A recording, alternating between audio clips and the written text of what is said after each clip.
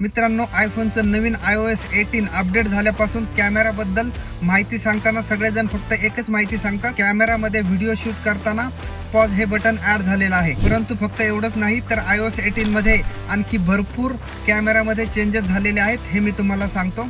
पहिला तर फ्लॅशमध्ये पहिल्यांदा फ्लॅश या ऑप्शनवर क्लिक केल्यानंतर फक्त फ्लॅश ऑन ऑफ हेच ऑप्शन येत होते, परंतु आता फ्लॅशवर लॉंग प्रेस केल्यानंतर फ्लॅशचे भरपूर ऑप्शन इथे उपलब्ध झालेले दिसतात.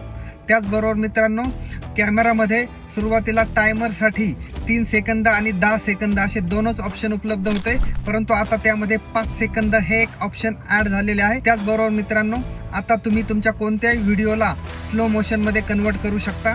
म्हणजेच 60 FPS किंवा त्यापेक्षा जास्तने शूट केलेल्या कोणताही व्हिडिओ जर तुम्ही एडिट करायला गेलात तर उजव्या साईडला वरच्या कोपऱ्यात असलेल्या या ऑप्शनवर क्लिक करून 50% वर क्लिक केल्यानंतर तुम्ही तुमच्या व्हिडिओचा कोणताही पार्ट स्लो मोशनमध्ये कन्वर्ट करू शकता. मित्रांनो, ही माहिती तुमच्या सगळ्या आयफोन युजर मित्रांना शेअर करा व असेच महत्त्वाचे व्हिडिओ इथून पुढेही पाहण्यासाठी लगेच सबस्क्राईब करा. धन्यवाद.